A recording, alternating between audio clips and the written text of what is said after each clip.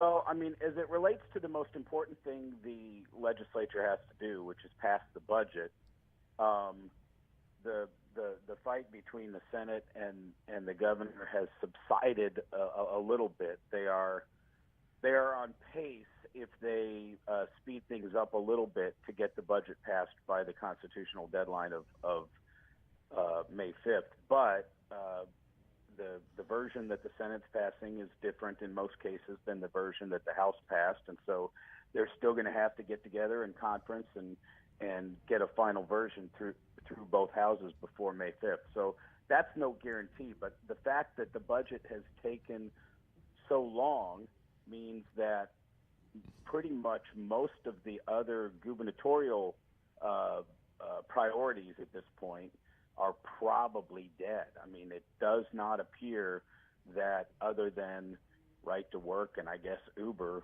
any of the Governor Greiten's priorities are really going to get through the legislature, in part because there's no time, but in part because there's still quite a bit of anger over what Rob Schaaf and some other senators see as the governor and Senator Richards selling out to big donors. It's interesting that the one party control down in Jefferson City, it's almost more dysfunctional than if it was more even split between Republicans and Democrats. Oh, completely. And one of the reasons is that when there's at least somewhat of a split, everybody knows that you need Republican votes and Democrat votes to get things through. And so there is a natural move to the middle because people want to get things done, and so they try to moderate to get things that can get enough conservative Republican votes, enough moderates, enough Democrats, and get things through. When you have entirely one-party rule, you have what you're seeing in Missouri this year and what you're seeing in the U.S. House, where the majority wants to only pass things that get purely majority votes.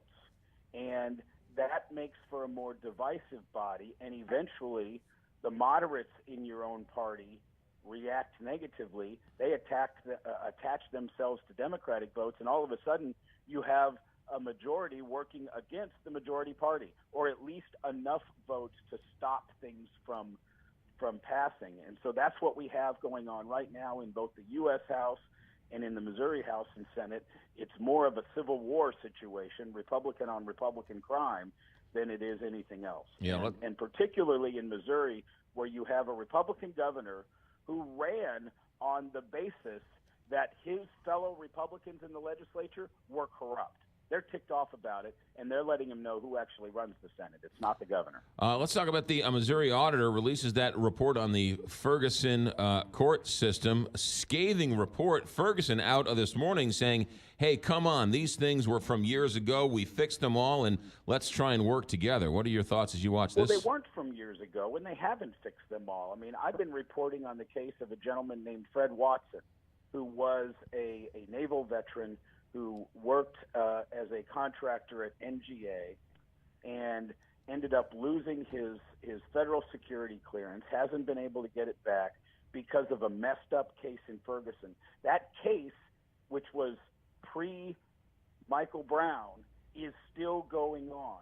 And it's still going on because Ferguson refuses to just let it go, even though they can't find the records, even though there's no record that he ever pleaded guilty. Fred Watson is winning this case every step of the way. They've now taken away the guilty pleas that he never pleaded guilty to, but they haven't just dropped the case against him still. And so this stuff is still going on. This is a remnant of everything we learned post-Ferguson about the problem with there being 80-some municipal courts in St. Louis County. All of these municipal courts can't possibly run at the standard that we expect out of our courts, that we get at the higher level courts, at the circuit level courts. And so this isn't a problem that's just going away. We need to start consolidating these courts, getting rid of them, making them more professional.